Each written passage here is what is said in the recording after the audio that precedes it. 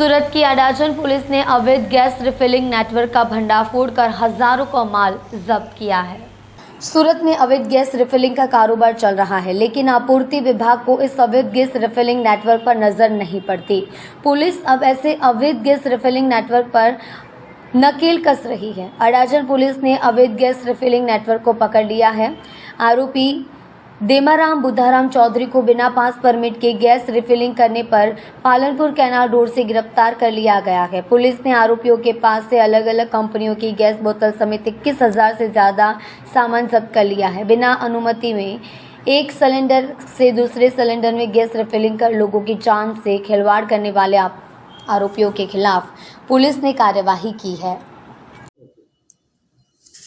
અડાજણ વિસ્તારમાં ગેરકાયદેસર pass permit વગરના ગેસ રિફિલિંગ કરતા ઈસમને મુદ્દામાલ સાથે અડાજણ પોલીસે પકડી પાડેલ છે।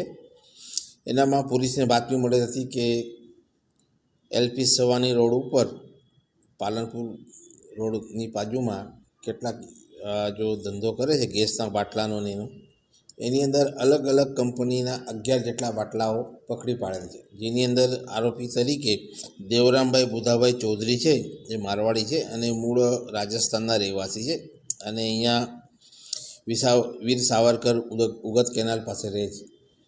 એની ત્યાં ચેકિંગ દરમિયાન અડાજણ પોલીસને બાતમી મળેલ હતી અને બાતમી આધારે ત્યાં જઈને તપાસ કરતાં અલગ અલગ કંપનીના ગેસના બાટલા છે, જેમ કે ઇન્ડિયન ગેસ છે, ભારત ગેસ છે, એના બાટલાઓમાં એ લોકો એકબીજામાં રિફિલિંગ કરતા હતા, જે આધારે પોલીસે એને પકડી પાડી અને 11 જેટલા બાટલા અને આરોપીને પકડી પાડે છે અને 21,550નો મુદ્દામાલ રિકવર કરવામાં આવે।